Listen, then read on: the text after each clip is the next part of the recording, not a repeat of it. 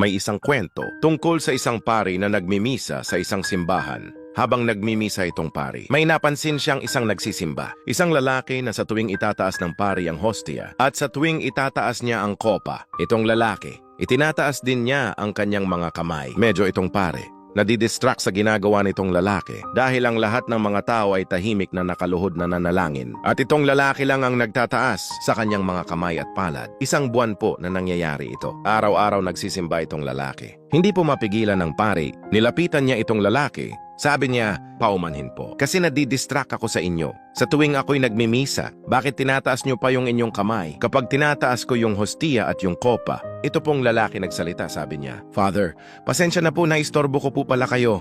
Kasi po, pag tinataas niyo na yung hostia at yung kopa, tinataas ko din yung reseta ng aking asawa na hawak-hawak ko. Yung aking asawa po ay may stage 4 cancer. Wala na po akong ibang malapitan, mapuntahan at inaasahang iba. Kung hindi ang Diyos, yan lang po yung aking dasal. At dalangin na iniaalay ko, Father. Itinataas ko lahat sa Diyos. Lalong-lalo na itong sakit ng aking asawa, ang nais ko lang. Yung gumaling siya, hindi po nakapagsalita itong pari. At pinabayaan niya lang po itong lalaki. Nasanay na siya. Pag nagmimisa siya, kapag tinataas niya ang hostia at ang kopa, ganun din ang ginagawa ng lalaki. Naiintindihan na nitong pare. Pero pagkatapos po ng 2 buwan, napansin ng pare na nagsisimba yung lalaki. Pero kapag tinataas na niya yung hostia at yung kopa, hindi na tinataas ng lalaki yung kamay niya. At biglang nag-alala itong pare. Bulong sa isip niya. Namatay yata yung asawa niya. Gusto niyang i-console. Nilapitan niya itong lalaki pagkatapos ng misa. Sabi ng pare sa lalaki, napansin ko po yata na hindi niyo na tinataas yung reseta ng asawa niyo.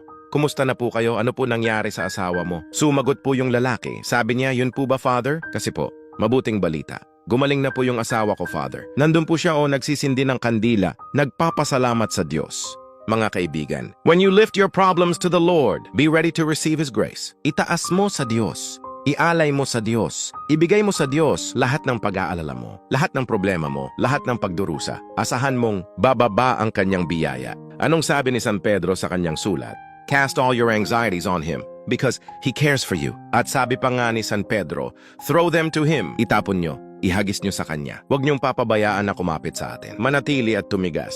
Ano man ang ating mga takot. Ano man ang ating mga suliranin at pagsubok sa buhay. This is the reason why Jesus sacrificed His life for us on the cross so that we might be free. Ganyan tayo kamahal ng Diyos.